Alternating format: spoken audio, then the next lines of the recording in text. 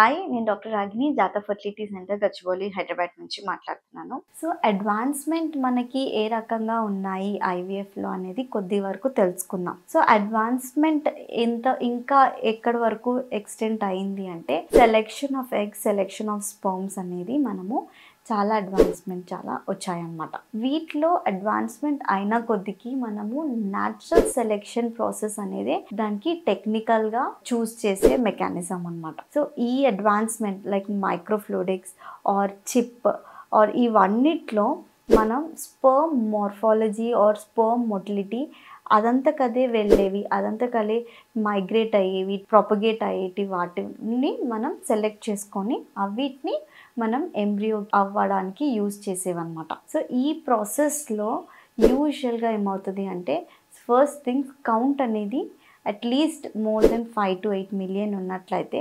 న్యాచురల్గా first sperm అయితే move అవ్వాలి. ఆ మూమెంట్లో మనము సెలెక్షన్ అనేది చేసుకోవచ్చు. In case sperm motility initial మొటిలిటీయే తక్కువ ఉన్నట్లయితే మనం ఈ ప్రొసీజర్స్కి వెళ్ళడానికి కుదరదు అనమాట.